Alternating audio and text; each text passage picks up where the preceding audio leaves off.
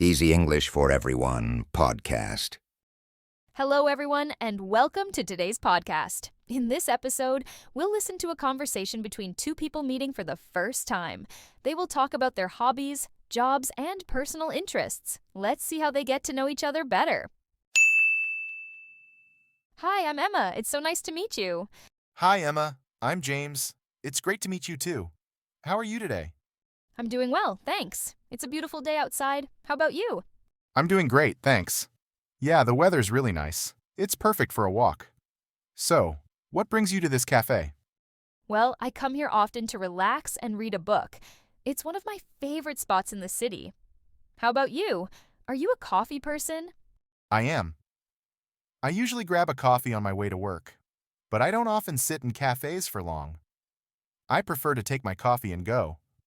But today, I'm meeting a friend, so I thought I'd sit down and enjoy the atmosphere. That sounds nice. Do you live nearby? Yes, I do. I just moved here a few weeks ago. It's been great so far. How about you? Have you been living here for a long time? Yeah, I've lived here for about 5 years now. I moved from London for work. I love it here, though it's a little quieter than London. Wow, London must have been exciting. I've always wanted to visit. What was it like living there? It was amazing, but also busy and noisy. You never have a dull moment. I miss the fast pace sometimes, but I love the peace here. Do you like the city so far? I do. It's a lot calmer than New York, which I appreciate, but it also feels like there's always something new to discover. So, what do you do for a living, Emma? I'm a graphic designer.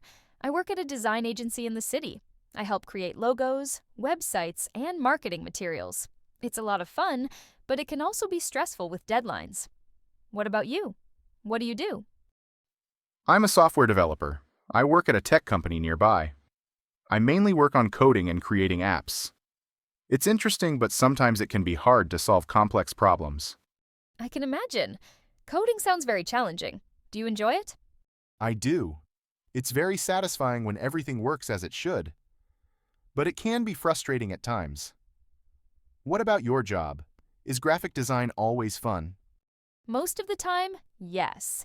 I love being creative, but there are days when I get stuck, and it's hard to come up with fresh ideas. But when I finally do, it feels great. I totally understand that feeling. It's the same with coding. Sometimes you're stuck for hours, but when you solve the problem, it's amazing. Exactly. So, do you have any hobbies outside of work? Yes, I love hiking and playing video games. Hiking helps me relax and disconnect from work.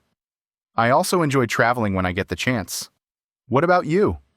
I'm a big fan of cooking and reading. I love trying new recipes and experimenting with different ingredients. I also read a lot of books, especially mystery novels. That's awesome. I've been trying to get better at cooking. Maybe you can teach me some recipes sometime? I'd love to. What kind of food do you like to cook? I mostly cook simple meals, but I'm getting into pasta and pizza. I've tried a few Italian recipes, but I need a little help to make them better. Italian food is my favorite. I can definitely help you with that. Maybe next time we can cook something together. That sounds like a great idea.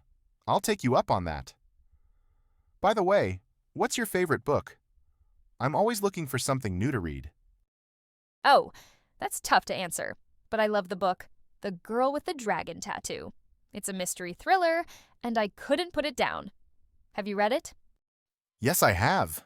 It's such a great book. I love the characters and the plot twists. Do you read other genres? Yes, I read a lot of different genres, but mystery is my favorite. I also enjoy historical fiction. It helps me learn about different cultures and times. That's really interesting. I might try reading some historical fiction. Do you have any recommendations? Definitely, you should try All the Light We Cannot See by Anthony Doerr. It's beautiful and emotional. I'll check it out. It's been really nice talking to you, Emma.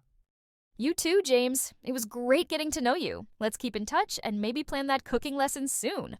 Absolutely. Take care, Emma. You too, James. Bye. Hi again, everyone. Welcome back to another episode. In our last podcast, we talked about how to meet new people and have great conversations. I hope you found those tips helpful and maybe even tried them out. Today, we're going to take it one step further. Once you've started talking to someone new, how do you keep the conversation going? How do you make real connections? And what if you feel nervous or shy? Don't worry, James and I are here to help you. As always, you can find all the tips and example sentences in the PDF for this episode. So, let's get started. Thanks, James. We've talked about some great ideas for meeting new people. But what if you meet someone in a formal place, like a work event? That's a good question, Emma. It can feel hard, but the steps are the same. Start by saying hello and asking simple questions. Yes, for example, you can say, "Hi, I'm Emma. Why did you come to this event?" Exactly. Then you listen to their answer and ask more questions. If they talk about their job, you can say, "What do you like most about your job?" Or if they say they are here to learn, you can ask, "What is the most interesting thing you have learned so far?" That's a good way to keep the conversation going. It shows you care about what they say. James, what if you don't know what to talk about? How can you start the conversation? I think you can look for something you both have in common. For example, if you're at a party and see someone with a drink, you can say, "That looks good. What are you drinking?" That's a nice idea. You can also talk about the place. For example, "This room looks great, doesn't it?" Yes, and a little joke can help too. But it should be simple and friendly. True, but always keep it nice and respectful. James, after you start talking, how do you make the connection stronger? Good question. The key is to listen carefully. Don't think about what you will say next. Just focus on their words.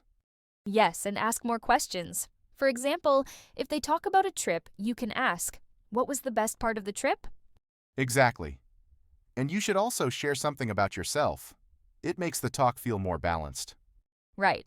For example, if they say they love hiking, you can say, "I like hiking too. My favorite trail is..." James, what about people who are shy? How can they feel more comfortable when meeting new people? Good point, Emma. My advice is to prepare before you go. Think of 2 or 3 simple questions to ask. That's a great idea. And remember, you don't have to talk to many people. Start with just one person. Also, take breaks if you need to. It's okay to step away for a few minutes and relax. Yes, small steps are the best way to grow your confidence. James, how do you end a conversation politely? It's easy. You can say, "Thank you for talking with me. I'm going to get a drink now, but let's talk again later." Or if you want to stay in touch, you can say, "Can I have your email or phone number? I'd like to stay in touch." Yes, that's perfect. It shows you respect their time and leaves a good impression. Thanks for those tips, James. Meeting new people can feel hard, but practice makes it easier. To our listeners, don't forget to check the PDF for this episode. It has a list of icebreaker questions, tips for shy people, and examples of how to start and end conversations. Thanks for listening. Don't forget to subscribe for more helpful tips. See you next time.